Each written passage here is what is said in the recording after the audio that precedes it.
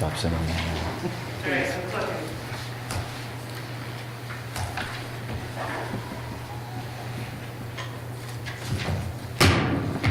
I'd like to call the meeting of the Narragansett Regional School District School Committee to order, and we'll begin with the pledge of allegiance. Pledge allegiance To the flag of the United States of America and to the republic for which it stands, one nation, under God, indivisible, with liberty and justice for all. Good evening, everyone, and welcome to our meeting this evening. I do want to announce that this meeting is being live streamed and recorded, so you can watch this on our Facebook feed, I believe, and then it'll be recorded and on our YouTube stream for the district after. We'll get down to our regular business this evening. We have some minutes to approve, so I would entertain a motion to approve the meeting minutes of January 19th, 2022. So moved. I have a motion from Mrs. Matson. Do I have a second? Second. I have a second from Mrs. Smith. Any questions or comments on those minutes? Seeing none, all in favor? Aye. Opposed? Abstained? That passed unanimously. We also have, let's see, I don't believe there's any bills or payroll. This is our first meeting, so there's nothing to report, so we'll skip over that. Student representative, unfortunately, they couldn't be here this evening, so we don't have a student rep report tonight, but we do have an appearance by Mr. Amadon. I'll throw it over to Dr. Kazmi to start the introduction, and we will go from there. Thank you, Madam Chair. A few weeks ago, it really was a great example of just happenstance. We were talking about playing fields and all the land that's behind our behind the playing field down below the windmill. And we had just had a conversation with Mr. Rick, about clearing some land back there, at least thinning the woods. We were just literally having this conversation, and Mr. Amadon came up in conversation. And so he's going to come before us today and explain what the proposal is for the committee to at least consider. And I don't want to go too far into it because I have to tell you, I understand it as this much, but what I do understand is going to be good not only for the property, but it'll be good for our environment. So if I could, just through you, Madam Chair, Mr. Amadon. Do we want to ask Mr. Amadon to sit in front of the microphone? Would that be a better advice?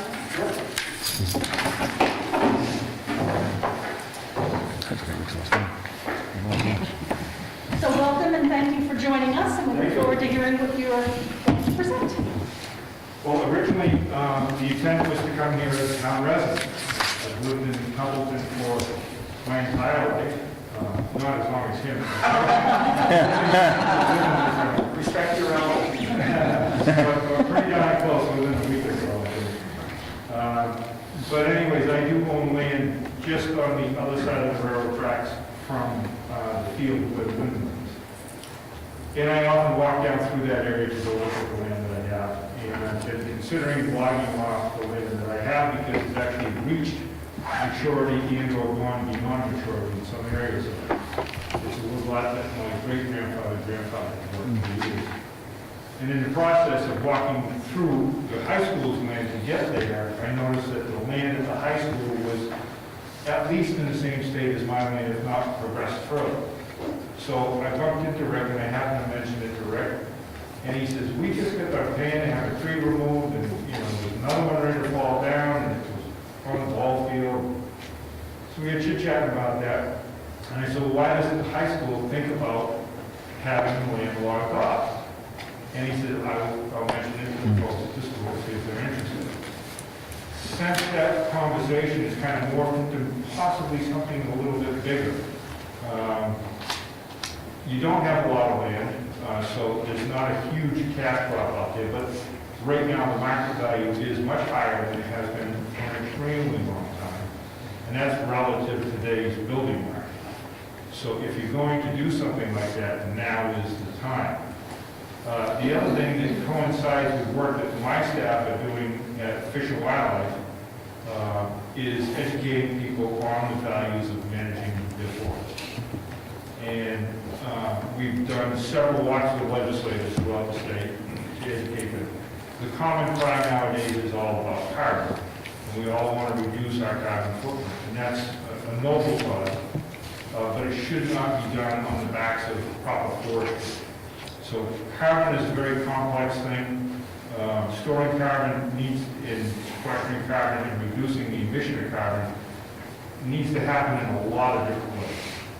And my folks have proven that proper forest management actually helps to reduce carbon footprints. If this is something that the school and the town is interested in moving forward with, I'd be happy to have someone give a more in-depth presentation that can talk to the biology and the science behind it. But at this point in time, I thought it best to just weed for the time being. Could I just interject one? Sure.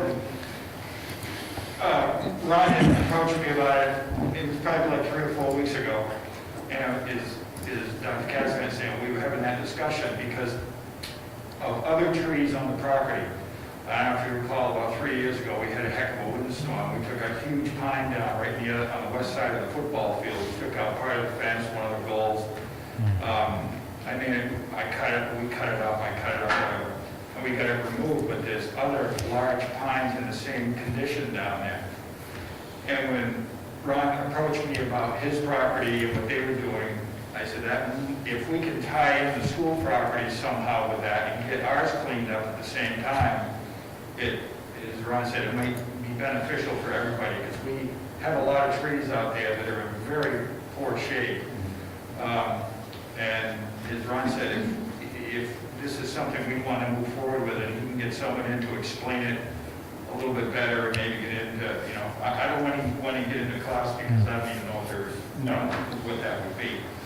But it's something that we should definitely think about rather than, if you go out there at the football games, you see those huge pines, every time I look at them, thinking another one's coming down and the next big windstorm because one already hit. So just food for thought.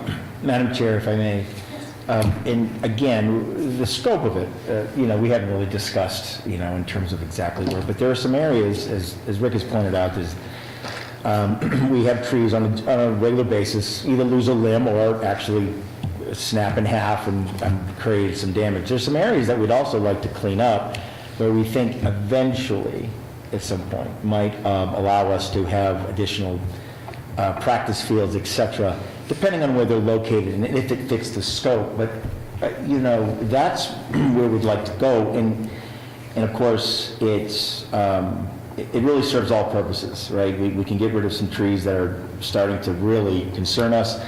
Potentially might be able to clear some small plots of land where we can maybe expand some practices or practice space or game space. And from what I haven't read it yet, but I will. I am going to read this, but also help improve the environment a little bit and maybe, So again, I think this is a win-win, endeavor. So, thank you, and I thank, and the happenstance of the two of you having the conversation, because it does sound like timing is maybe perfect for a lot of the things that we need done, and for the risk of having those trees that may find their way to the ground and hopefully not take anything else out. What would, and I'll look to you, Dr. Hanson, what would the next steps be, and do you need the committee to make any sort of motion to allow you to do that? My understanding, because there is no cost from what we understand, but certainly we'd have to look into it from the perspective of getting the folks who would actually do the work of it, and create a plan so we know where things are going to happen, what's going to happen where, there's safety plans that we have to do because we have kids on campus, those type of things. So ultimately, there's more decisions to be made down the road. I believe that certainly a vote would help just to proceed to the point where we're speaking seriously about engaging, for lack of a better word, the company or the agency to come in and do the type of work or, again, I really don't know much about this, but certainly to come in and see what needs to be done and then have a more formal idea of where we go. So I would think that would be the next step. I don't know if you know, or Rick, if you know, do you know, maybe the company when they come in, do we have to go through Concom or DEP? Do we have to get permitting for this? So that's probably gonna be one of the first steps that we're gonna have to take, correct? Okay. All right. So that actually, and the timing wise, that actually may take some time too, to develop a plan and go through that. Yeah. From what I understood, it's very heavily regulated, meaning that every agency will make sure that whatever that is going to happen is going to be done appropriately and in the best interest. And they're probably gonna be looking for the forestry code. That's- Ron was talking about. Exactly, right. As part of that. I'm sorry, my folks simply act as an advisory organization. Yep. We can come in and advise you of what you have out there, what the possibilities are. There are lots of different kinds of forestry programs. But the one thing that is a constant and that is a big impact is mobilization from forestry is very expensive. So to do a small portion costs a lot of Yes, money. yep. So if all of a sudden the school's interested, my land I'm interested in, I talked to a couple of the families that have land a little bit further down the railroad tracks. They're also interested. Now that disperses the mobilization costs over 3 or 4 projects, and now it becomes more profitable. So quite often with municipalities, they're not interested in trying to make money. They're more interested in trying to reduce costs for further programs. So what we can help advise you on is that if you do a certain type of a cut, the profits that you would receive from the landings of the logs can be utilized to offset other things. So for instance, on the far or the south side of the property, you have a very bad problem with basics. The brambles down there are incredible. So any profits that would have been realized could be utilized to offset the cost of removing the invasive species. And that's what Opens up And- more land. That's the area that we were talking about when Ron and I went to school here about 1 million years ago.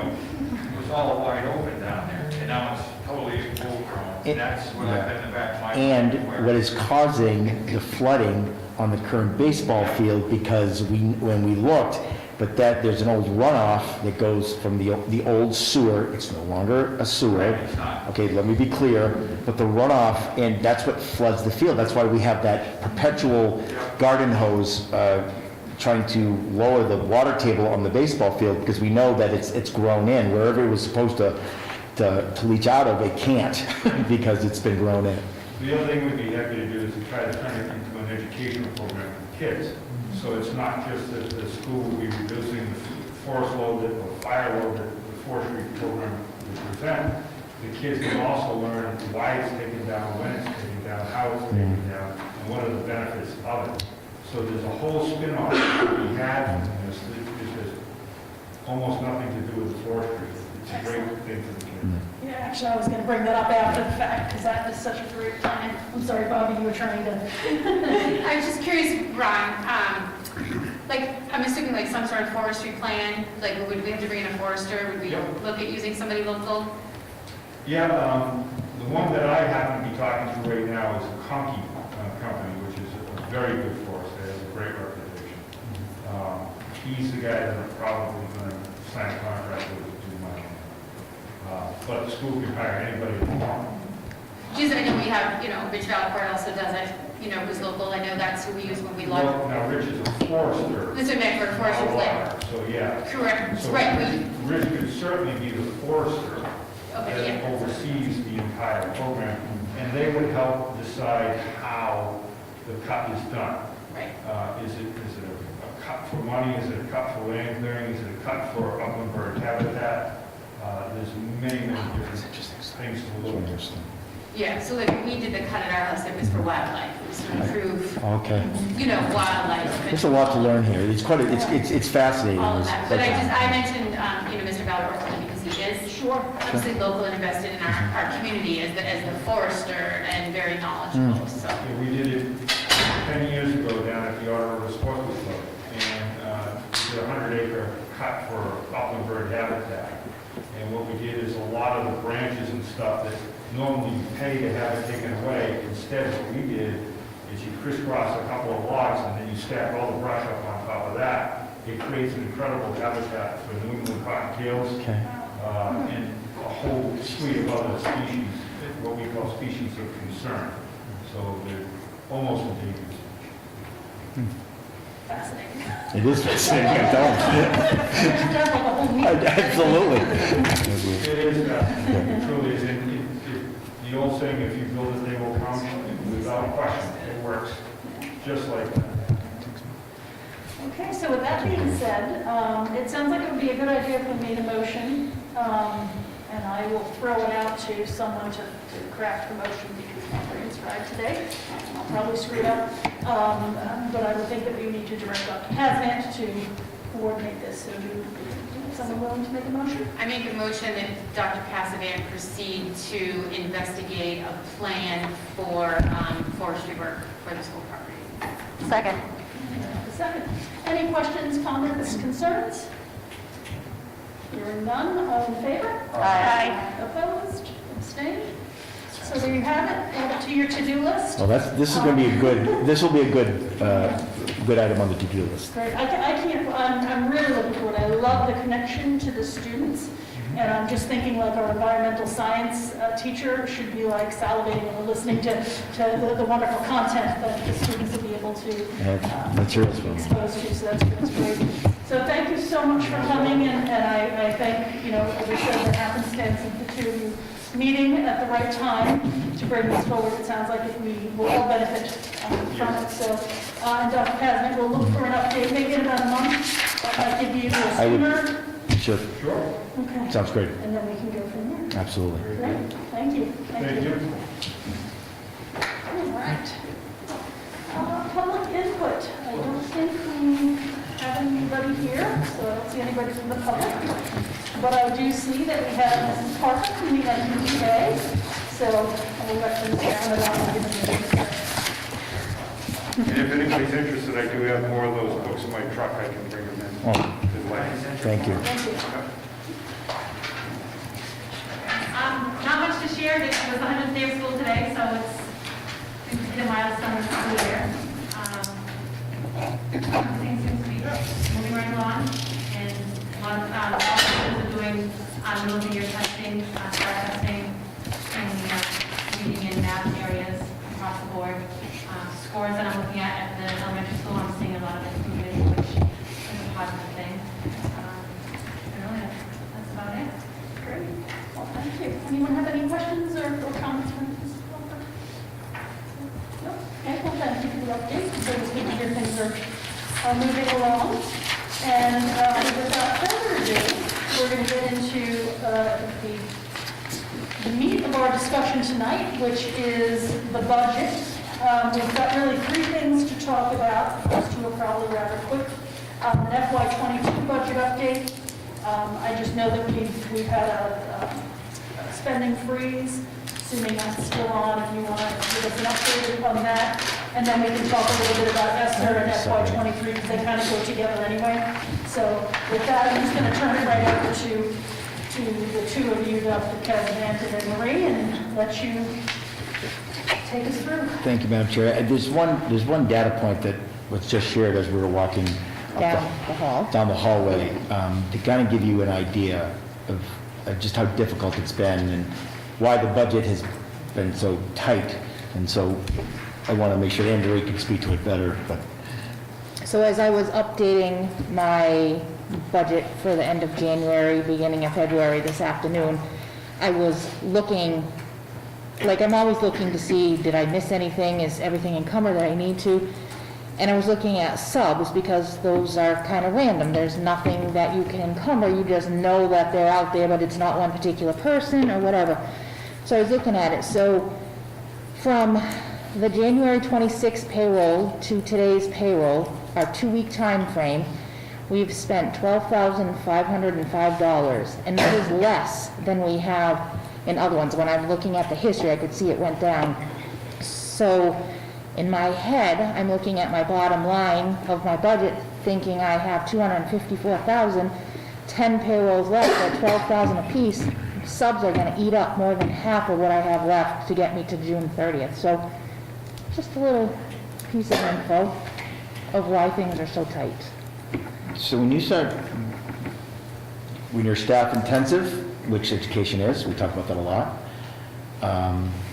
there's very few things that you can do when staff are not in, right, when teachers are not available, or staff, any staff. They have to be replaced more times, almost 90, well, certainly teaching staff, right? So the fact is that that was obviously a new data point for me, and something that we'll have to really sit down and think about moving forward, because when you have this reoccurring, like, you know that, and it went down, by the way, so it's $12,000 in subsidies, and you know that you have X amount of pay periods left, and you know what monies you have left. That's something that we probably need to address, and I don't have an answer right now about how to do that. But that'll be certainly on the agenda to speak about, because that's concerning, because that means that one thing that happens, just, you know, people always bring boilers up, right? Something breaks and you have to do X, Y, or Z. You know, and you're spending $12,000 a month, and that's actually reduced just to have adults in the building or staff in the building. That's something that's very concerning, so we'll... It's actually every 2 weeks. Every 2 weeks, pardon me, I said a month, I'm sorry. Yeah. So every 2 weeks is 12,000, sorry, my fault. So think about that for a minute. I mean, that is a tremendous amount of money. And something that we cannot sustain, obviously, and I don't think anyone really could, you know, at this point. So more to come on that. Yeah, that is a very interesting. Yeah. I mean, you can do things like turn off the color copying, right? Which, yes. I'm not gaining 12 grand though. Right, Yeah, right. we can't decide to put all the students into the gym and let them have at it with No. Dr. Kazaman in charge for the day, right? So we would, right? You know, and it's unfortunate. There's another TikTok video in the evening, I think. That's right. You know, and it's unfortunate because, you know, obviously there's a reason that our staff is out and they're being impacted not only by COVID, but this time of year and everything else. You know, and then our students are impacted because their safe space with that beloved teacher is, you know, is not consistent. So the ripple effect is really concerning too. So it's more than the money, but that obviously money kind of drives the ship. And I'm just curious too, that's what we were able to spend. How are we dealing with the challenges of actually finding subs? Right? So, there you go. It's hard. We have some very dedicated folks. We hired what I'll call permanent subs, of one per building, basically. I don't know if we filled all those positions. Yeah. It was at the Yeah, elementary. yeah. It was kind of an ebb and flow there for a while. So we have like one permanent sub in the building. Of course, that's just, you know, a small token, really. And at the elementary level, I mean, even if you were to combine classes, which is not completely out of the question to do, maybe at the older levels, for example, you're not putting 50 second graders in one room. You're just not going to do it. It requires another staff member, an adult, right, if nothing else. And by the way, I just want to make sure that nobody can replace our teachers. You know, if we had $1 million for subs, great, but we're talking about, you know, missed learning. It's about safety. It's about not safety. Instruction. Yeah. We're going through that for Yeah, IAs right. who don't have the subs. So you're just putting someone, an adult, to keep your kids Yeah, safe yeah, when you're short-staffed. That's Which right. you're The learning's not the Right. same right. that's happening, Yeah. unfortunately. You start to do educational triage, which we've talked about a lot, and safety is always first, right? So that always comes first and trumps everything. But in terms of education, you know, there's nobody better than our teachers, period. And so that's a concern, not just for Narragansett. I always make sure I type stuff the right way. But it's something that, you know, I'm looking at Lisa, we're going to have to, when I say both unions, to sit down and go, all right, so we know that we can't sustain this. Ultimately, what can we do? What are some options? And of course, the administrative team and school committee will have to get together, because if you're spending $24,000 a month, if there's 2 pay periods, you know, within 1 month, that's not sustainable, right? Even 25 every 2 weeks is not sustainable. So that's something that concerned me as I was walking up the hallway. So that was, you know, and thanks to Anne Marie, you know, for good news, you know, as we entered into the budget. So. Happy to help. Yeah, thank you. So Anne Marie is going to actually run the presentation. I'm going to just speak to it because for some reason are having, I don't know, some connectivity issues, but either way, it'll be fine. So this plenary budget presentation, what we've done here is give you you will speak to this, but a very accurate view of our financial health moving into, the phase in which the school committee will consider a budget to vote on. So there's very little left out there. Like we're not going to say to you, well, geez, I'm waiting still on X, Y, and Z. We have the numbers that we need. It's just a matter of deciding, making some decisions about what to do with that money. So, like we did last year, every year, yes, we have a strategic plan, we have goals, but at times, and we just use the word educational triage, you have to see what you have in terms of a budget, and you have to really make sure that you're hitting the high notes, and you're really taking care of what's important. So when we start looking at district priorities, I'm talking about from the budgetary sense, given what we knew or now know that we have to spend via Chapter 70 and other funding sources. So obviously the district, one of the key district priorities was to meet the needs of all students, including those with academic and social emotional needs. I know we use those words almost all the time, and you almost become deaf to them, but the fact is that we have really focused, yes, on safety, social emotional needs. We've talked about that before openly, about some uptick in behavioral issues, especially with kids coming back to school for the first time in a long time. But academically, we're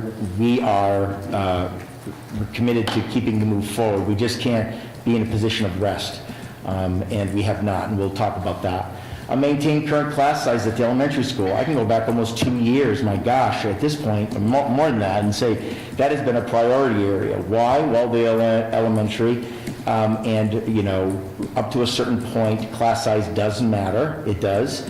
But more to the point is that coming back off of COVID, and all the things that happened, we had kids, and it's been said 1,000 times, who left as kindergartners and came back as second graders.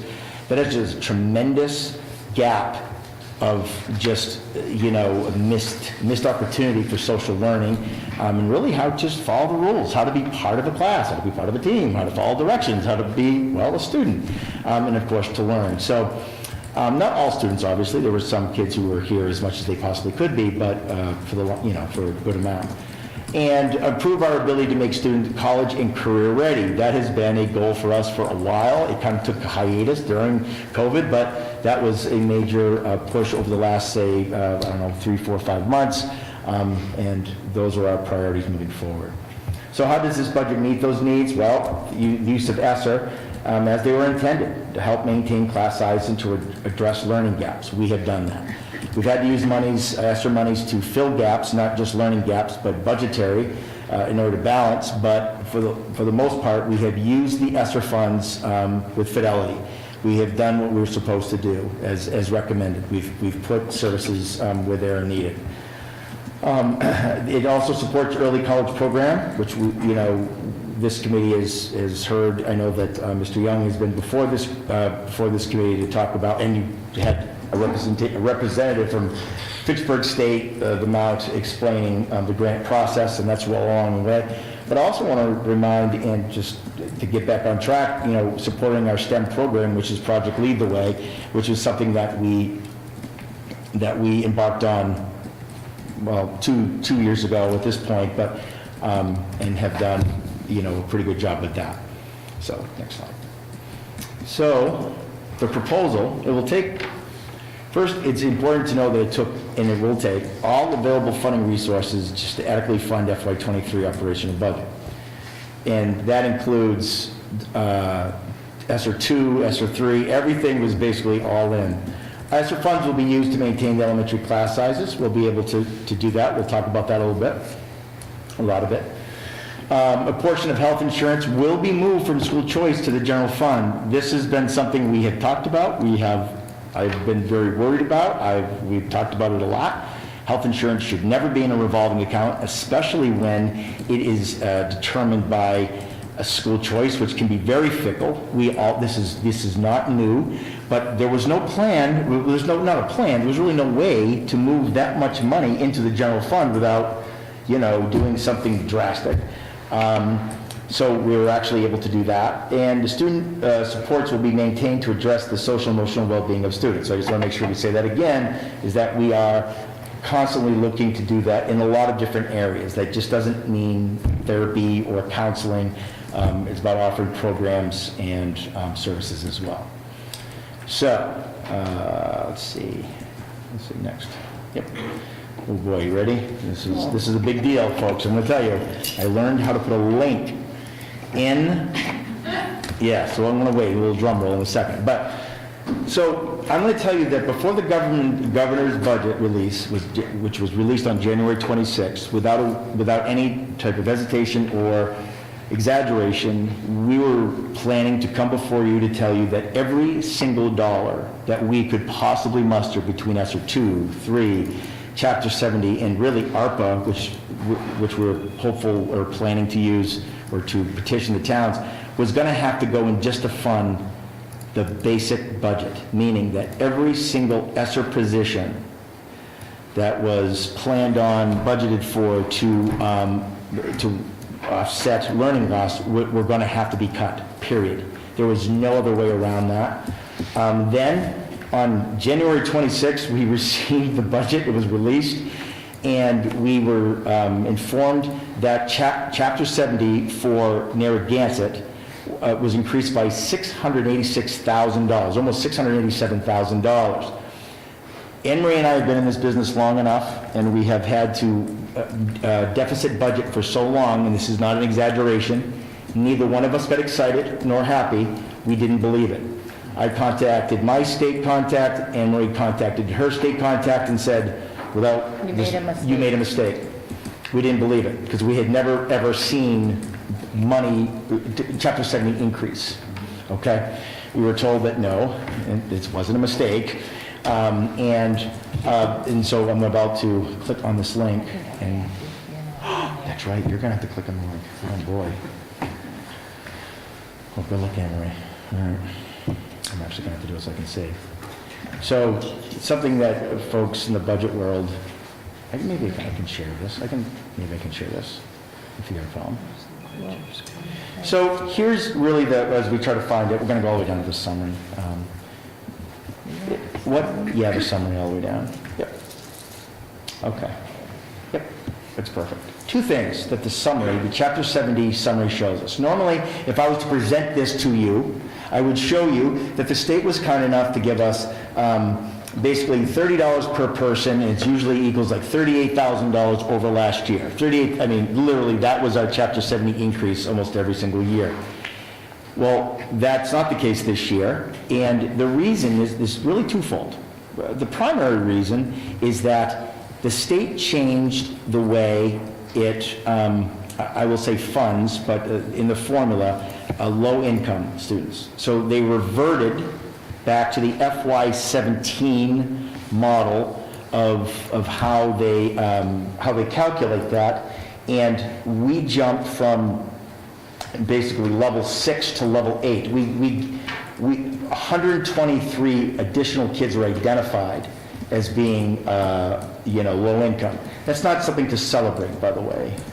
Quite frankly, it's actually fairly sad and in a way depressing. But I would say that we've all argued that the current the former formula that folks have used was well outdated, and it shouldn't have been changed back in 2017 because it missed a very crucial population of folks who were having difficulties and were not being identified appropriately. So I think it's basically a balance, if you were. So that's one, which I'm going to show you in a second. But the other thing that is really crucial is that we gained 47 kids in this district. A district this size, when you're talking about 1,400 kids, roughly, give or take, when you increase by 47, and you are no longer held harmless, by the way, okay? And what does that mean? If we remember, held harmless is that the state gave us more money per pupil than we actually had kids. Because the state, back, I won't go too much into the history of it, but in one of our downturns, they made a decision that no district would ever receive less money than it did the year before. So basically, we were receiving funding for a number of kids that no longer went here. So let's say the funding was at, I think we calculated at one time, Margaret, but we calculated it was something like 1,500 kids, but we only had 1,400. Do you see what I'm saying? So they gave us the rate at 1,500, or, whatever, higher rate, because that's the rate it was at when 07 happened, actually, and there was a downturn. Again, I don't want to get too into the weeds, but, so they can't pay you any less, and that's good. So if I go to the formula section, well, before you leave, did you leave yet? When you expand up here, I'm going to just show you, if you can expand up, because I'm going to geek out here for a minute, please give me this one thing. I just want to show them the 100%, how they know that we're no longer held harmless. So when you're held harmless, when you come all the way down here, the required net school spending percentage is always more than 100. Why? Because they're giving you more money than you actually should be getting per pupil, okay? So anytime you see 105, 110, which we were, up, that's how much money that they were giving you above and beyond what, the per pupil expenditure was supposed to be. The big number now is that 100.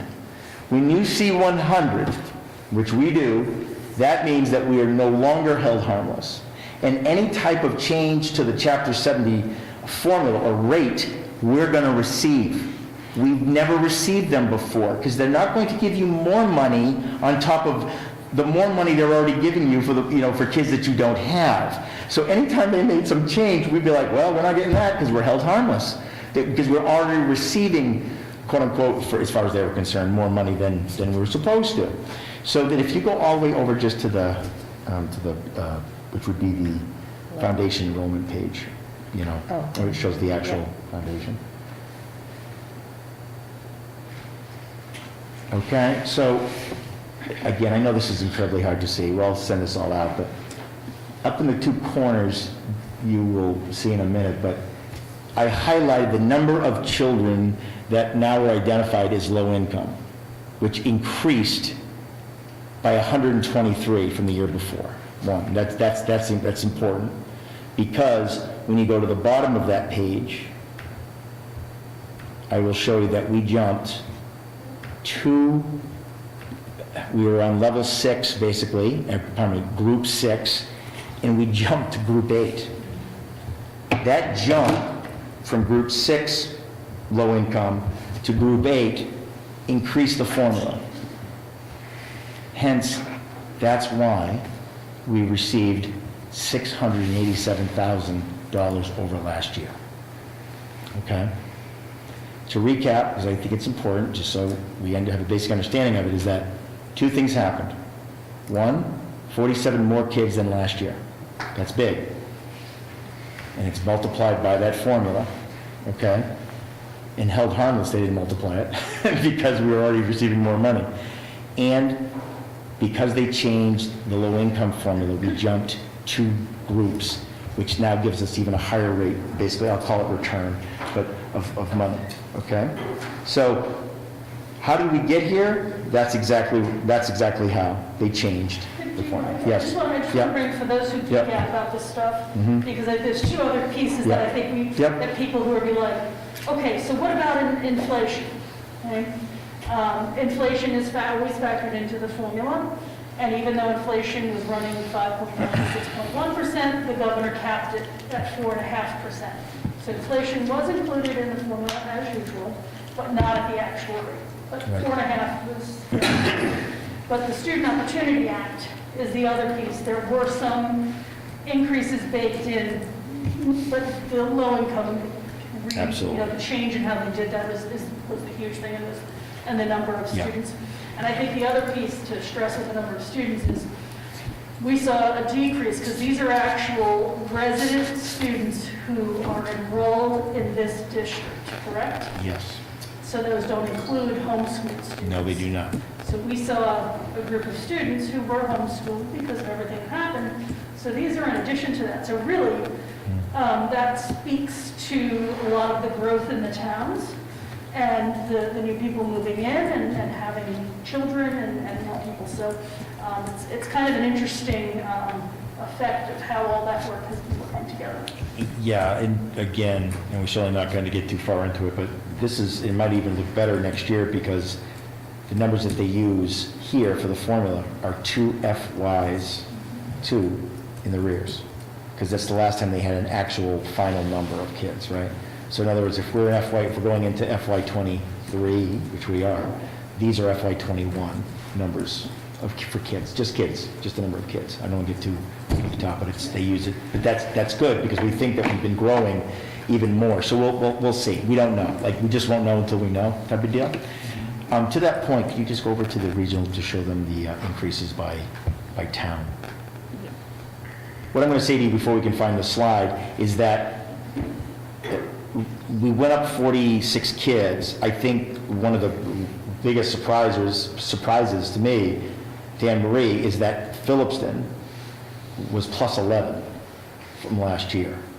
And that, when you only, when I say only, but when you generally have 140, 150, right, all of a sudden you jump 11 kids, that's substantial. Do you know what I'm saying? Because our numbers are so small. Worcester wouldn't even notice 11 kids, that kind of thing. I could even go to, Wachusett, I mean, some of the bigger towns, Wachusett is a regional, but you get what I'm saying. But 11 kids from a small, it starts to, you can really identify that as like, wow, that's a big jump, because we haven't seen a jump like that really in a very long time. But we're also seeing Templeton skyrocket too, because what is Templeton at? 36.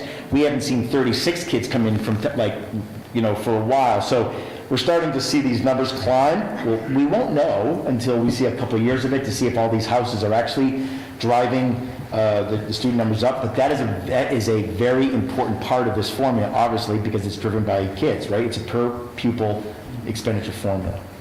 All right, let's get back to the PowerPoint. So when you ask, we went up 687, and we're round up, in terms of Chapter 70. Now you know the reasons why. Nrsd is no longer held harmless, which I just never thought I would see it in my lifetime, and I'm not trying to be funny or exaggerate. I never thought that I would see it. I was hopeful that the SOA would finally take care of it, but this is how it's taken place. And again, it was due to increase in student enrollment and an increase in our low-income population because the formula changed. Okay, so it added more children into that formula. Okay, so now, so enrollment overall is, we were hovering around that 1,400. I always use 1436 because that's generally where the average falls. And these are kids that are actually enrolled. They're in seat here in this district, right? And we saw a huge dip last year. That is not, we'll worry about FY '21 numbers at some point or whatever the case is, but in terms of the formula. But we saw, a pretty sizable increase over FY '21, FY '22. We have close to 89 homeschooled children. We talk about really why we talk about that is that we don't know exactly how many, but over a period of time, roughly 50 have been homeschooled on a consistent basis since I've been here for the last 6 years. But we're up to 89 now. That a lot has to do with either COVID or the restrictions, etc. We don't know. They're not in this role, though. Remember, being homeschooled is like being, if you're going to private school, you are not part of this district in the numbers in any sense whatsoever. So we don't know if those numbers will go up. We don't, given some, I guess I'll call it political factors, which we'll talk about later, but we are certainly on the rise. Okay, so I always throw this slide in because it's important. If you don't like the colors, it's Kate's fault. So I just need to make that clear. But anyway, as you look through it, we're fairly, we're pretty flat. I mean, we've really kind of settled into an area of about 1,400 kids. Over time, when we started looking at the Phillipson numbers, they started to go down, and of course we saw a pretty good jump this last year. Templeton, again, is, starting to trend up, but around 1,000 kids, that's generally what we've seen over the last couple of years. So there were no surprises there. School choice. So, I know you've heard me beat this drum.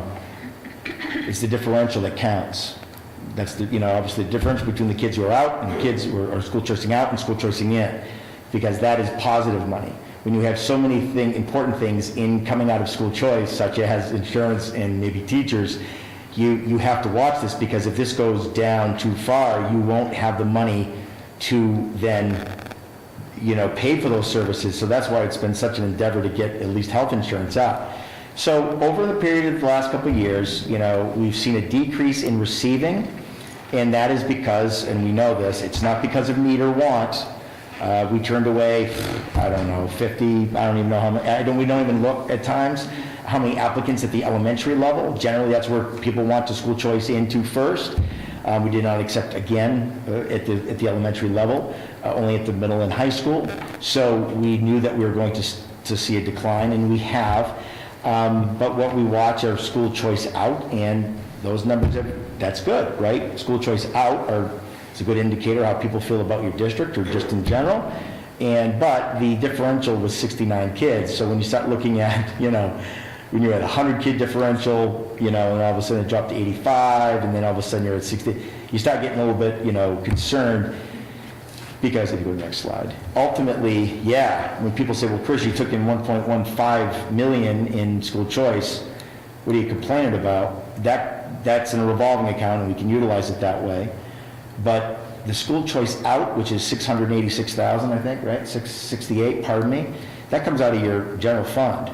They do that on purpose, right? So that way, you can't mess up too bad. It's got to come out of the general fund. So truly, which I'm not complaining, because $488,000 is a lot of money, but it's spent already, right? Because we've already shown, or we will show you in a second, what we're spending that on. Okay. Chris, that's Yes. interesting on that last slide, and I'm wondering if you could provide, when we talk again, even though the number of school choice sending has gone down, the amount of money that we're sending out has gone up. And I know there's several factors. Have they increased I'll say the baseline? Because usually it's what we say, it's about $5,000 a student, but we know that differs based upon the needs of the student being sent. So it's just interesting that, it went up, $43,000. We had 2 less kids being sent out. Yep. So through school choice, you can charge the sending district additional funds for any type of special needs services. It is not dollar for dollar. People think it's dollar for dollar, so that's great. It is not. It's a formula that it's used. So if there's some type of a service that you can petition, so there are receiving and, of course, sending. There are kids that we either spend or receive far greater than $5,000.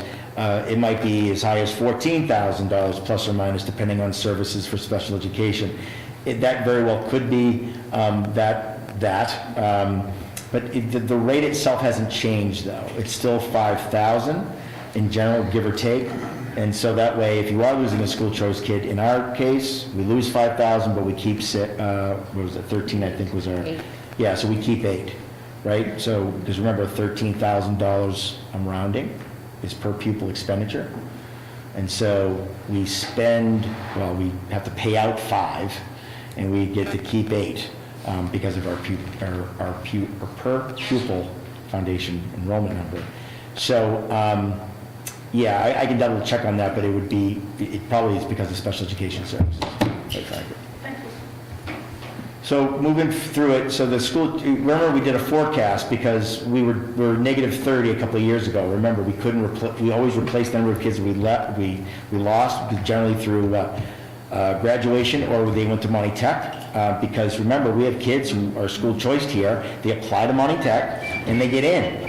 We don't pay for them to go to Monty Tech, their sending town does, but we would lose, anywhere between, 5 to 10 kids in 8th grade to go to Monty Tech from other districts. So what we would do is we'd look at that and we'd always replace that. We'd always replace the number of kids that we lost that year. Well, we did that at the elementary level, folks. There's no secret to that. That's where people wanted to come in. It made perfect sense. Well, we did a calculation, if we lost 30 and couldn't replace, et cetera, that we found out that at that time when we did this report, that in FY '26, we would be underwater, right? We would be $378,000 in the hole, which is exactly why you don't want to put a cost like insurance in there, because you have to provide insurance, have to. And so where would we come up with $378,000 all of a sudden if a bunch of kids were to leave? Most of the times you put things into school choice revolving, the things that you wouldn't want to, but you could do without. You don't want to put things that you actually have to, utilize to work. Well, because we received so much money from Chapter 70, that allowed us to push it out 1 year. So really, we thought we were going to be upside down using this, again, these assumptions, which are, they're off, because we used 30 and we only lost 2 kids from FY '21 to '22, right? But we were trying to figure out, and over time, we'll refine that. But it did push us off to FY '27, that we would see that we'd be in the negative balance if the trend would continue. Operating budget, I'm going to turn over to Anne Marie. So what the operating budget is, this is the total cost of all funding sources that it takes to run this district. So there's the general fund budget, which Chris has talked about with the increase in Chapter 70. We have revolving accounts like cafeteria or preschool revolving, extended day revolving, that make up part of our funds, but they pretty much fund a lot of the stuff themselves. We have circuit breaker, which funds a lot of special ed tuitions. And then we have school choice, which you will see like the breakdown of what covers that, but a big portion is health insurance and some teachers. And then we have our grants. It's an extremely large number this year because of ESSER money. That's not a normal thing that we see, but we'll take what we can get. So all of those things combined give us what we spend on the running of the whole entire district. So then, once we know what it costs to run the district, then we have to figure out what are our funding sources. Well, again, the revolving accounts, there's money that comes in, money that goes out. Circuit breaker, the same thing. We get reimbursements on some of our special ed costs. Dr. Kazman just explained the school choice, how that comes in. Most of our grants are entitlements, and what that means is they are given to you each year. You don't have to, you have to fill out an application, but basically you're guaranteed to get it once you submit your application. A lot of that is federal money. So normally I think we have about 5 of those are normal. It's a couple $100,000. It's just the ESSER really inflates that this year. I just want to point out that that is not a normal number that we usually see. And then we have our Chapter 70 and then the local aid, which is made up of what we get from the towns in their assessments, and then our E&D that we usually contribute to the budget as well. So this year's operating budget, I'm predicting is about $25 million to fund it. Our funding sources shows that I only have just under $25 million, so it leaves me with a shortfall of $377,000. And we have worked that we feel that we can take and reduce some of the ESSER services and expenses that we've had the last couple of years to balance that budget with that money. Yep. So let me just keep going. Yeah, keep going. So this is, I'm predicting that with the ESSER 2 and 3 money that we're going to have left over this year, it'll be about $819,000. And these are the different things that we are going to take out of that $819,000. There's teaching positions, there's an athletic director, some district software, we have a little bit of building maintenance for the middle and high school, some nursing supplies. We're going to move our grounds account to the grant money. We have a lot of classes that are run virtually with the Ingenuity program. That expense will come out of there. Athletic transportation is going to be shifted from the general fund over to the ESSER money.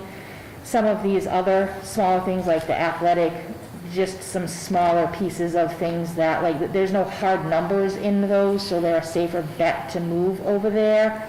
High school testing, we have a lot of the high school testing, like the STAR that is district-wide, that's new the last couple years, and part of that is what this high school testing is.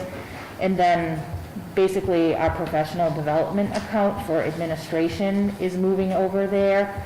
And then we have teacher leaders and their stipends is being funded from that ESSER money as well. So I just want to say, like, these ESSER funds, 2 and 3 this year and next, they have really sustained our budget for both FY22 and FY23. But on June 30th, 2023, those funds will go away, and all of these items will need to find homes into the general fund. So that can't be stated, it really has to, you almost have to pause for effect. What needs to be understood is that any position funded or service, I should say, funded by ESSER monies, will be done June 30th, 2023, a year from, in June, right, next June, right? So that is when those monies are gone, period. And so we're going to keep saying that because I want to make sure that I'm just crystal clear because that is important. These monies were not supposed to last forever. They were supposed to help close the gap, which was not going to be forever, quite frankly, right? So when we move to school choice, which is the next slide, just to kind of recap everything in terms of school choice, the perfect scenario for us someday would not to be have teaching positions in there or health insurance, right?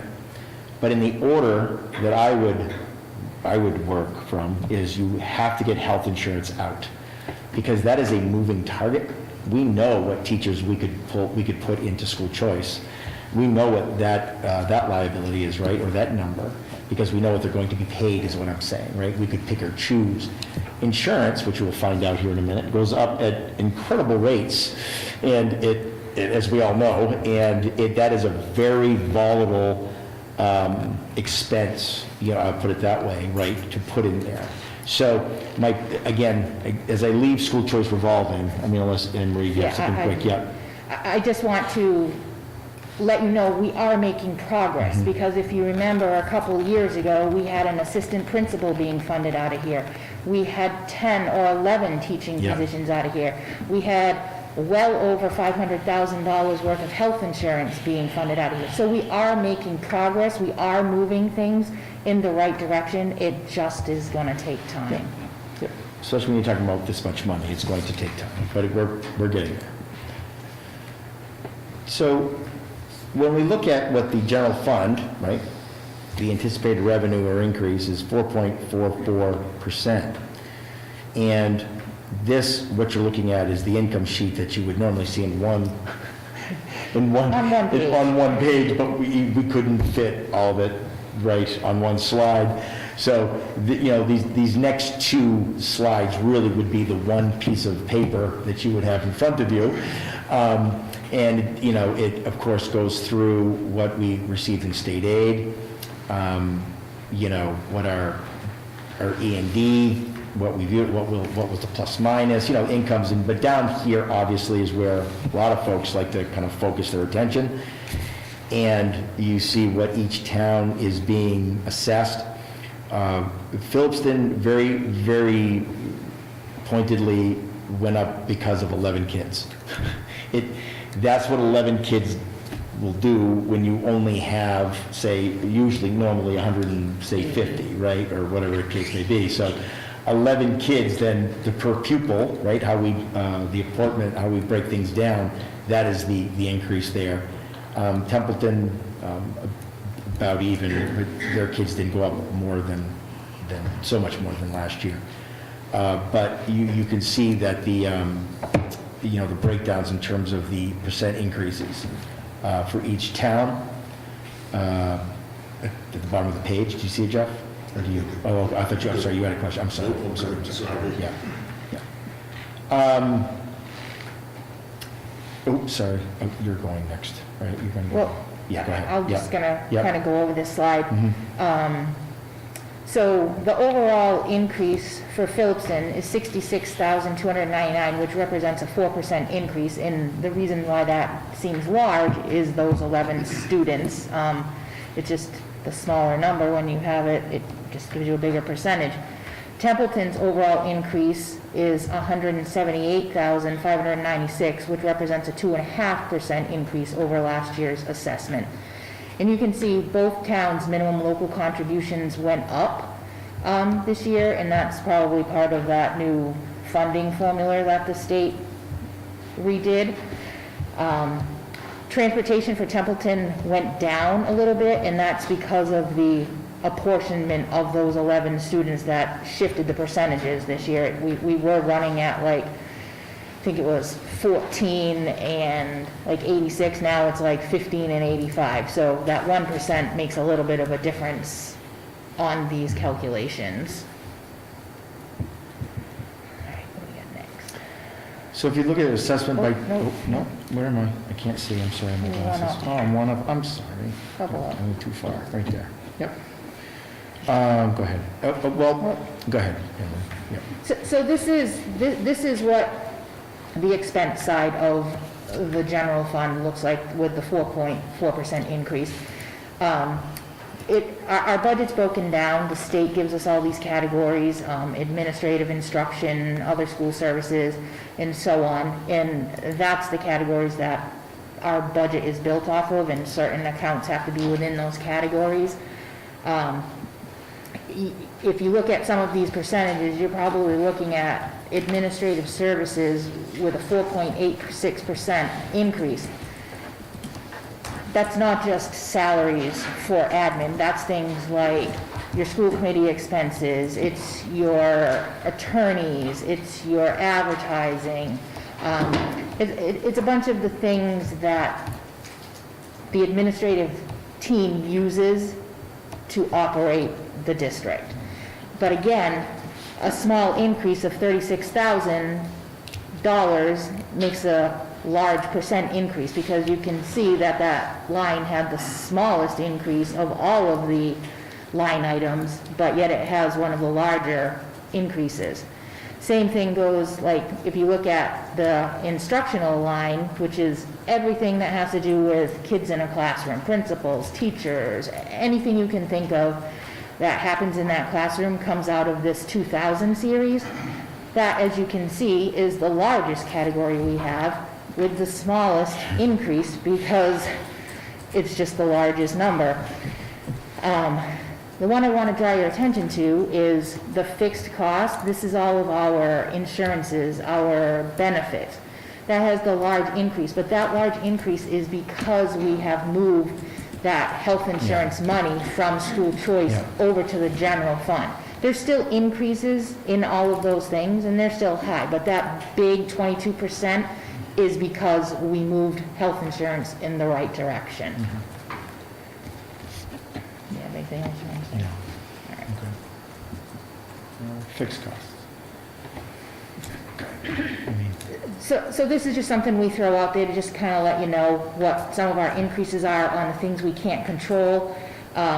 So last year, we saw Worcester County retirement increase with a 28%. They were a little bit kinder this year with their assessment. It's only 9.5%.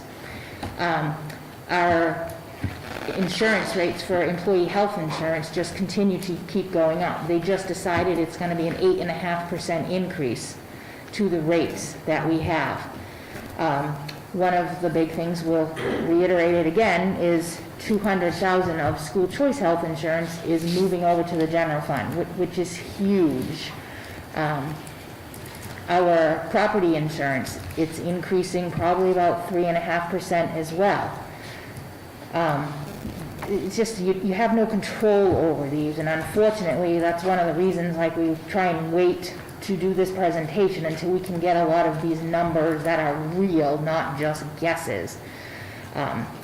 Overall, our fixed costs make up almost 25% of our entire general fund budget. So it's quite a large piece, you know, and then when you look at that slide before, you can see the dollars in relation. You know, we have our staff, and then we have our fixed costs, and pretty much everything else we get out of the budget is a bonus.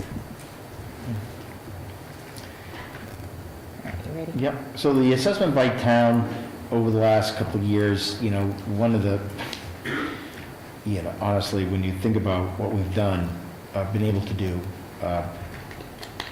if you look at the Nrsd general fund budget increase, it doesn't matter which town you look under. I just want to make sure that when you're looking at, you know, 1.87 in FY19, 4.42, we all remember FY20, FY21, 1.18, 1.66, and yes, there's a 4.44 increase this year, but that's, we already know why that is, because we received more Chapter 70 money than we were anticipating, but we generally have, I did it quick, I don't know if I still have it, but when you do the math of it, we've increased 2.714% since FY19. If you just go for the general fund now, I didn't go each town. So, you know, we've been able to do a lot, I think. We've been able to do a lot with very little. A lot of that has to do with our grant writing ability, Kate Calise, Anne Marie, just everybody pitching in. Quite frankly, some of the things that we've been able to do, we would never be able to fund through the general fund, right, mind you. So we've been able to utilize, you know, grants. So I always like to throw this slide up there because we really have been very prudent, I think would be the word, but we have not spent a lot of money in terms of when we look at the increase from year to year. And if it has been an increase, it's been because the state gave us more money. So, all right, whoops, I just went too far here. When we look at the summary, the general fund budget is level serviced, and it is. When you look at the general fund budget, it's level serviced. That's okay, because we have to make sure that we start making sure that people understand the difference between ESSER and general fund. The ESSER funded services will not be level serviced this year. So I've said a couple things about ESSER, right? They're gone next June. They are. Though that money is gone. I can't say it any more plainer. But even the services that we do offer with ESSER are going to be reduced, which was by plan. We were going to, I call it cascading, but we had certainly had more, we front-loaded our services this year because we're just coming back out of COVID. And next year, meaning next year, we knew that we couldn't do everything, so we had to make some choices. And if you remember, there was a lot of conversation about that. But we will start seeing a decline in services next year in terms of what ESSER has been able to provide. The district is moving in the right financial and educational direction. It really is. You know, we're out of held harmless. We were able to move some money out of school choice into the general fund. Project Lead the Way, early college, class sizes. We've been able to offer more of the arts. I know it doesn't seem it because I don't think we're going to be doing a play this year, but we've offered more music in so many different ways. A lot of it has to do with ESSER. Some of it just honestly just old-fashioned stick-to-itiveness, etc. So we've done a lot of good this year, and we really have, and we plan on still doing a lot of good next year. I think we're poised to do that. We're balanced. We're balanced. I'm not coming to you and saying, I don't know, we got to find, something. I had to find this or that, just to even have the conversation about being balanced. I think that we've certainly talked long enough. I know that you know that, so I yield the floor. Thank you, Madam Chair. Questions, comments from the committee members? There's a lot to take in. A lot.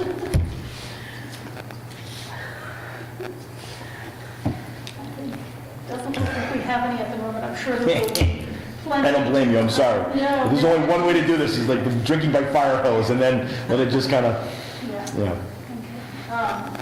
Thank you. I mean, this was very detailed enough, but kept us out of the weeds because that gets to be overwhelming. I can't speak enough on that. I just have to reiterate, I mean, I thought we were at least 2 years away from being out of hold harmless. So I think if you remember, when last we spoke, I was like, no, we're like 2 years, FY '25, I'm Yeah. thinking that'll be Yep. it. I'm still floored, and it's unfortunate that they made the change to that formula back years, however many years ago, 5 years ago, and thankfully they've changed it back so that we can have the resources. It just speaks to how much we've been underfunded Yeah. all along. So that's good, it's all good news. Mm-hmm. And I think it's good news to our towns. I'm very excited that we're seeing the increase in enrollment, especially knowing that these numbers are lagging Mhm. for how they're reported. So we should see some good growth. There shouldn't be a reason for us to not be out of full normals going forward. So that's a plus. We should see more SOA, hopefully implemented next year. They do what they're supposed to by law. So I'm very encouraged of where we're going. I'm very concerned about what we have in ESSER and how we're going to manage that in FY '24, because those expenses can't go away. We can't not have some of those services. So I We'll go back to the slide, Madam Chair, just so you Yeah. can see them, sir. Right, so, and I know that, teaching positions, I know that we added an extra teacher at the elementary levels, that's part of this, because we were helping with some of the, I hate that term, learning loss, we wanted to accelerate learning, right? I think that's but we can't not have an athletic director, right? We need the last item, the teacher leaders and studies, so I'm nervous because although things seem to be going in the right direction, we have our challenges for FY '24 cut out for us because, we're always put in the position where we have to be fiscally and fiduciarily responsible to our towns and our taxpayers, at the same time ensuring that we provide the services that our students need to, have all the supports they need and to succeed. And this concerns me because there are some, there are some things that, okay, maybe we don't need the extra nursing supplies, but that's not a lot of money. These other things are very important, so I think we probably need to have a discussion deeper at some point on what's the thought for next year, because I'm sure you're already thinking ahead. So I don't put you on the spot right now, but I'm sure you've already kind of think, okay, what do we do next year? Well, the teaching positions represent, let me say it again, one elementary teacher at every level. That's what that money is. There's not, I'll be gleefully wrong in a year if I'm wrong what I'm about to say. No increase is going to cover that plus. You would need oh my gosh, Chapter 70 would have to just explode in terms of the formula, to pick up pick up this and just the kind of normal day-to-day.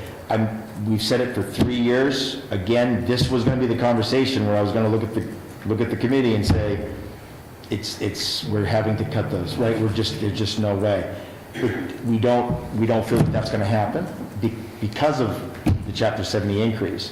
But that's what that 423 is. And it's the same conversation, just when I say kick it down the road, it is that, quite frankly.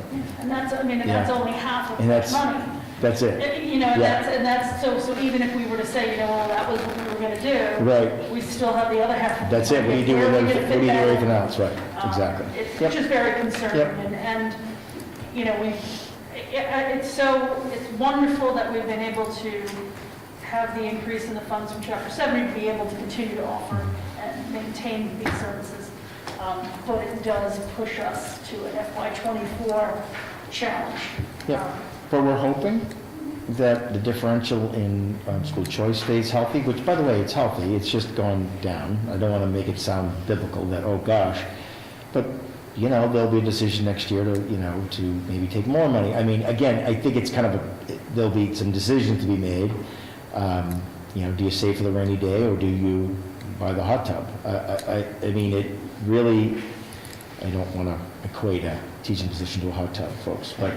But you get what I'm saying, there'll be some decisions, and hopefully that we are able to make those decisions, because that means that there's some liquidity, you know, in our cash movement, because we would normally not even have that option. We'd be like, well, we're not doing anything with the insurance, and we're going to have to do this too. So it's getting better, but your point's well taken. We still have some decisions to make, but again, we live for another day, or live to fight another day, I should say, and FY '23 there's still going to be some, again, let me be clear, there's still going to be some reductions in ESSER services that we know now for next year, and we'll talk more about that when we get a little bit closer, but that'll have to happen just to make all this happen. Anyone have any other questions or comments?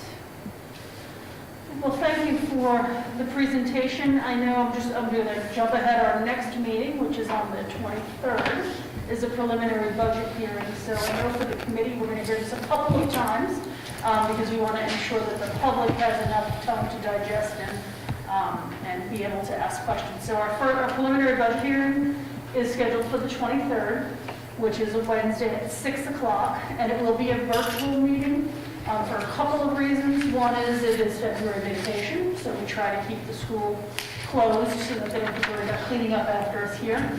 But it will also enable, I think, more of the public to view the meeting live, especially if people may be away for February vacation, so that will give them the option.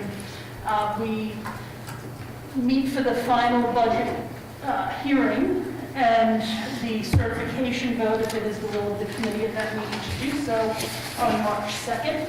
And that will be 6 o'clock as well, because we do a hearing and we want to ensure the public has time to get here. That will be in person here in the Kiva. So I just want to make sure that everybody, the public has that information as to when our budget hearings are. So if all goes well, we would have a certified budget on March 2nd that then we could send out to the towns for inclusion on their town warrants for their meetings and whatnot. So that is the plan at the moment. So thank you for a wonderful presentation. And we will move on. The business management report is next. I don't know, Amber, if you have anything else to add that you haven't already added. No. No? Okay, I figured as much. School committee comments. Any comments from the school committee on anything? Nothing. I just wanted to inform the committee and the Templeton community that I'm not going to be running this May.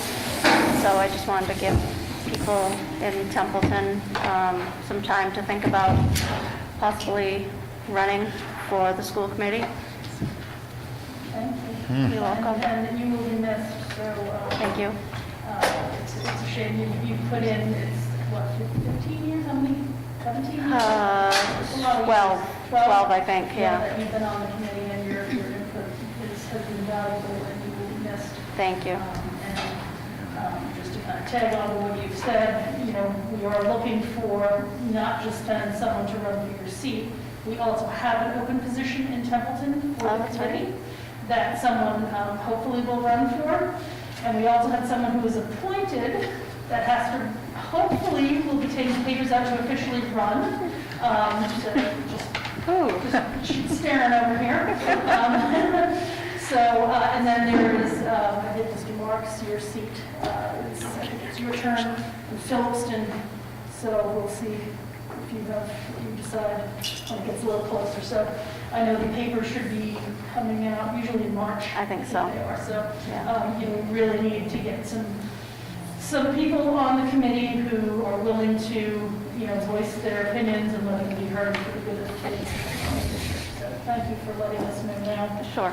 And as much as I know you probably would like to put me in as a write-in, I would be like you not to.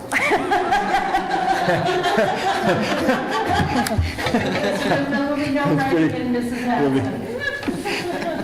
She's been around a long time. She knows all the tricks at this point. All right, everybody, on to Thank you. Are there any other school committee comments? I'm just going to give a big shout go ahead. First, Bobby. It's National School Counselors Week, so I just think with everything that's going on in our schools and just like our nursing staff, our counselors are working overtime in everything that they do, so just lots of appreciation for our counselors in the district. Thank you, yes, definitely. I would just say a big shout out continues to our nursing staff, which I know you mentioned as well, just, trying to manage a lot of the changes, this whole test at home and all these things that take the education of everybody as to what it means is a huge level of effort. So we certainly appreciate everything that the nursing staff is doing. Just want to give a big shout out to our track team. We have a group of kids that went to leagues. I know, Mr. Am I stealing your thunder? I hope I No, you can have all this. I only have that one thing. You can take all the thunder.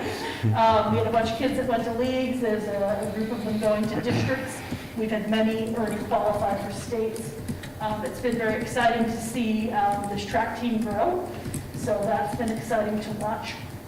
We've got basketball going on and our cheer team. I walked in today and I heard some kind of music happening, assuming it's the marching band. Yeah, they're getting ready for the Holyoke St. Patrick's Day. Excellent, excellent. So, and actually, Mrs. Lyons, if you wouldn't mind, maybe at one of our next meetings, let us know more about the where and the when of that, so we can let people know, so they can maybe show up, or I'm assuming it may be even on TV. Is that the one that's on TV? It's televised, it is televised, I can get you that information.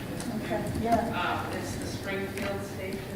excellent. Okay, well, if you want to look into that and let us know, we can let the public know and where they can tune in. And just a big thank you, to our whole administrative team, keeping everything together.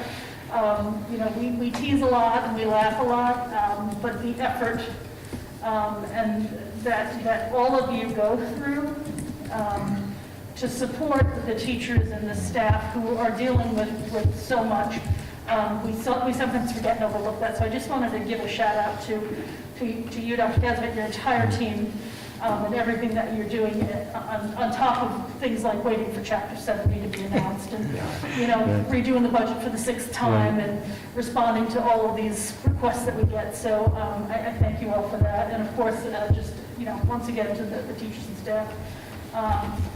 I'm so encouraged, this part of your report, with looking at some of the reporting, and I know Kate will probably speak to some of this, at some point, that, the score, looking at the results from some of the testing, that we're seeing results. And the efforts that we're putting in are showing payback. And I say we, and I shouldn't include myself, so I shouldn't say we, that all of you are doing, because it's a testament to the abilities of the instructional capacity that our staff has. So it's wonderful to see and hear that. So thank you to everybody. So, all right, anybody else?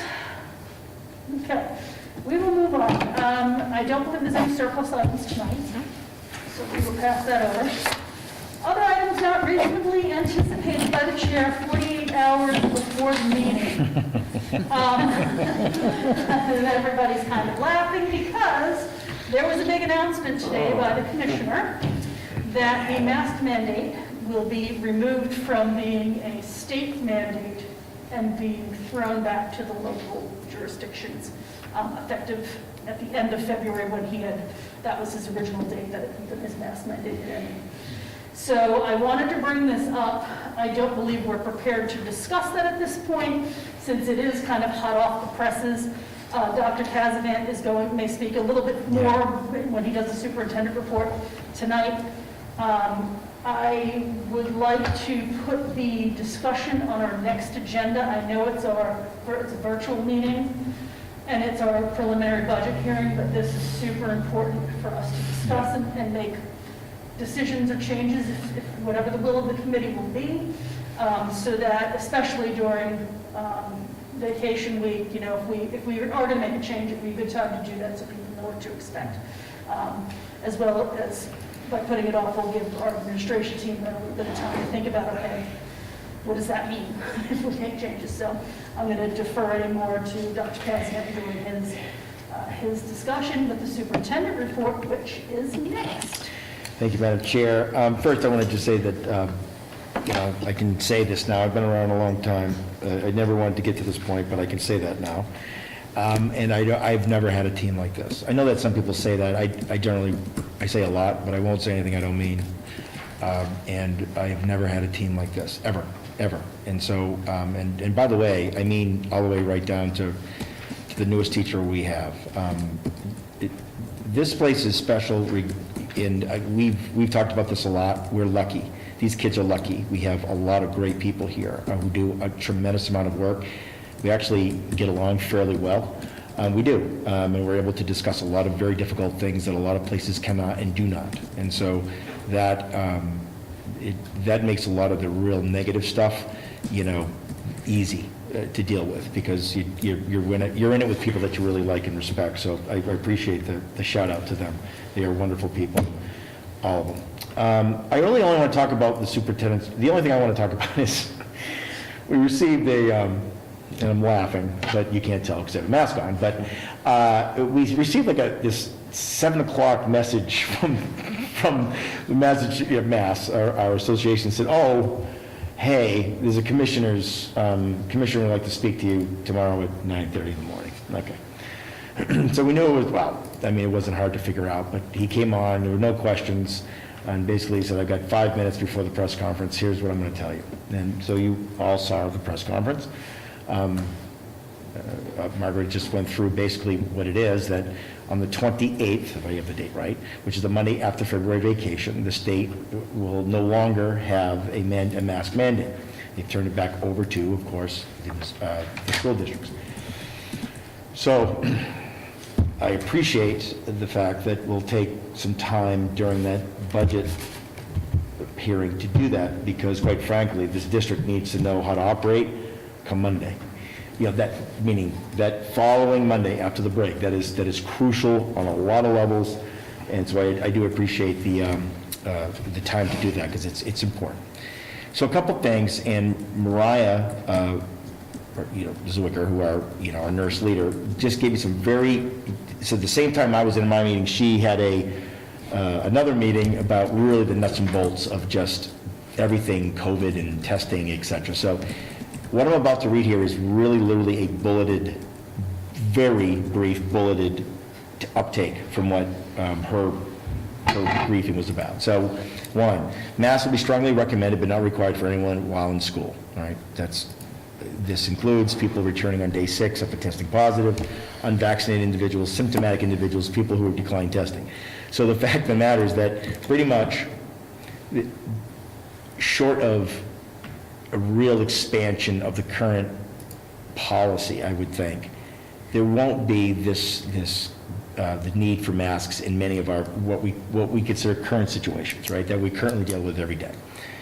Buses are still requiring masking, and because it's a federal mandate. That's got trouble written all over it. That's an editorial comment, I will tell you that from right now. So you have a district that decides not to have masks. So now I'm trying to get on the bus. You can't deny transportation to a child, you know that, but the child doesn't have a mask. I don't need to wear a mask. At some point, someone is going to have to talk to somebody, because this will be a problem. We can see it coming, but that's the rule. That's what we're told.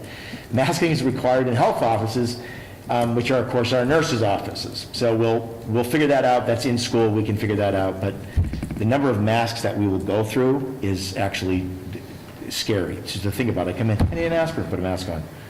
I need an aspirin, whatever the case is, and they throw whatever. So I don't know. Board of Health can make a local decision to govern municipalities if they so choose. Anyone wishing to mask should be encouraged to do so and accepted in the safe school environment. That is the number one thing that I told the administrative staff today, is that where we need to be looking to is if the committee does decide to go without masks, I want to make sure that those who do wear masks are absolutely supported, kids, staff, etc. This is not an issue in which I will not tolerate, like none of us will tolerate, but I will not tolerate someone being now then, somehow shamed because they're wearing a mask, especially our kids. And that will be considered bullying, by the way, just so we're clear. And that will be messaged out, folks, by the building administrators, but that was the key takeaway today. Anyone, let's see. People will still need to go home if they test positive and will be able to return on day 6 as long as they have improved symptoms and have been fever-free 24 hours unmedicated. Masking is strongly encouraged throughout the day, but is not required. People who are symptomatic cannot be made to test and cannot be excluded from school unless there is a policy, i.e. we have a 24-hour fever-free, we were just going into policy stuff. The wording preferred is school going, the word preferred is school is going to be a place of less masking, not mask-free. So before you have every school committee right now this is what they'll be grappling with over the next couple of weeks. Let me say, I'm sure there are no children watching because there's no snow forecasted tomorrow. But know this. The mandate is until the Friday before February vacation. That is the rule. Whether or not, what does 1 week make? Well, what it is that is the mandate. That is what will be supported, period. If, well, what are you going to do? Well, I don't know. It's up to, discipline is up to building principals, and they do what they do. But that is still a requirement. The kids are masked until, if the school committee chooses until the 28th. It is still in place, and that is the expectation, period. Okay? So that is as much, honestly, quite frankly, folks, that is really all we know. That's it. Mariah, thankfully, went to the seminar because I wouldn't have known all of this. That was not delivered to us during the commissioner's brief because he had to go to the press conference. But anyway, there is information flowing in. Of course, people are in contact. And so there it is. And I would suggest the following, or I would ask the following. Whatever information you may need to review prior, I'm really going to need to know that early next week. Mariah is not going to be here during February vacation, nor is the expectation that she is. So my point is that there's not a lot of time, there's a lot of time, but there's enough time, let's put it that way, for any information that you may require as a committee. But please give that to me as soon as possible so that Mariah can then get the issue in chair. We talked to her today. My expectation is that she is not here. She's on vacation. I want her to go on vacation. Trust me when I tell you. Okay? So I think, initially, obviously, vaccination rates. Yeah, sure, I got that. I wrote that down, absolutely. Yep, I got that. We do have the COVID dashboard that everyone can access off of the school website, so there is some. So if anyone has anything else they'd like to see, email Dr. Casavan, and then whatever request you have, if you could just send it out, obviously, to the entire committee. Of course. You do that anyway. But the other thing that I would request is, and I'll push this out to you so you can find it easily, is to review our current policy.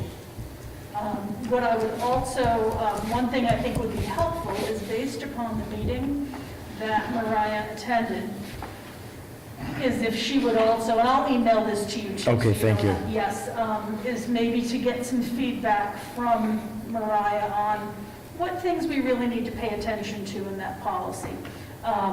Because if there is, you have to be masked in health offices, that's good to know. So to make sure that we understand the minimum requirements, we don't necessarily need to have a policy that says that, because that is what the mandate still is in place, the whole transportation thing.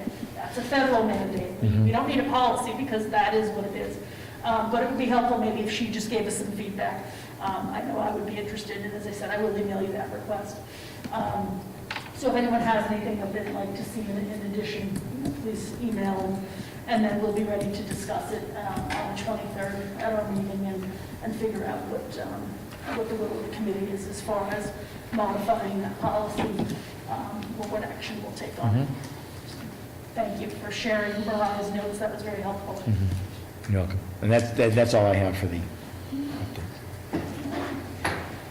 Okay, so curriculum and instruction update. I don't know, if you had anything that you want to report out this, I know you just reported out last time, but. Yeah, no, I don't think so. I think, once the STAR assessments have fully closed, I'll do some analysis for you and get back to you with that. Okay. We're up to our subcommittee reports. I'm just looking through quickly. Academic administrative, I think we've pretty much covered everything here that we've gone over at that meeting. Finance, we spent a lot of time talking finance, so I think that that is covered. Facilities, any facilities type updates? Not really, we heard from Rick and Ron earlier today. That's what we talked about. Perfect. We do have some second reading of policies, so I'm just going to read through them in the interest of, I have my reading glasses on, so I can actually do that at the moment. These, again, there were 1, 2, 3, 4, 5, 6, 7 policies that we brought for first reading last meeting or meeting before. And these all centered around Section D, where MASC did a deep dive on these policies and made some suggestions. So the policies that are up for second reading are DA, it's a proposed update to fiscal management goals. There's DB, a proposed update to the regional school district annual budget. DB1 is proposed regulation. This is actually almost like a duplicate policy. They had a regional version of DB, and we've just added it to DB, so there's no need to have a separate policy. This is basically the same thing. DBG is a proposed update to the budget adoption procedures. DBJ is a proposed update to the regional school district budget transfer authority. DEC is a new policy that talks about federal funds being a supplement, not supplanting any of our initiatives policy. And then DH is a proposed update to the regional school district bonded employees and officers. And the reasoning for these updates was one, to ensure the policy language is aligned with the constitutional and legal principles of school funding. Confirming that policy remains focused on the legal authority of the school committee, updating legal references, clarifying processes, incorporating some best practices, and also clarifying some of the regional policy differences. So those are the reasons that we're making these updates. We did not receive any commentary back from anyone looking for any changes or anything on these policies, so I would entertain a motion to approve the second reading and then the enactment of the policies as presented. I have a motion from Lori. Do I have a second? Second. And a second from Jen. Any questions or comments from the committee? Seeing none, all in favor? Aye. Opposed? Abstained? So these policies will be moved forward and implemented, so we'll get those updated. So we'll have some more policies maybe at the next 2 meetings away. Policy group meets next week again. Long-term planning. Mrs. Matson, if you wanted to give any quick update. I know we had a good meeting with a lot of things. I don't even remember. Okay, to be honest with you. It was a while ago, because I know we did decide to meet monthly, because there are a lot of things. We've got the strategic plan happening. We were talking about maybe doing some school committee goal setting once the strategic plan is done, so there was quite a few things that are out there. I only know because I just looked at this. Oh, look, I can take off the Templeton Elementary School Building Committee. I don't know why I forgot to take that off. Diversity, equity, inclusion, and what we've got. We have a meeting scheduled, but I don't have an update. Okay, perfect, so, all right. Correspondence, there is none tonight. Next meeting, as I mentioned earlier, is our preliminary budget hearing, Wednesday the 23rd, 6 p.m. via Zoom. We'll get the link out probably that day to make sure that everything's set up properly so that people can actually attend. It's the webinar format, so people will be able to listen and get that screen sharing done so we can project the presentation, and as well we'll be adding to the agenda that's out there the discussion about masking, so that will be on that agenda. And again, that's at 6 o'clock via Zoom. And other than that, there's no other business that we do need executive session this evening. So I would entertain a motion to go into executive session for reason number 3, to discuss strategy with respect to collective bargaining or litigation with the UFCW and/or the NDA, if an open meeting may have a detrimental effect on the bargaining or litigating position of the public body and the chair so declares. This meeting will not return to open session immediately following. I would entertain a motion to do so. I have a motion by Mr. Mason. Do I have a second? Second. Second by Mrs. Matson. any, well, it's really not a discussionable item, so we'll do a roll call. Lori? Yes. Heather? Yes. Bobby? Hank? Yes. Jeff? I don't need notes. And I say yes, so unanimous. I thank everyone for attending, and we are now will close our public session of our school committee meeting, so thank you, everybody.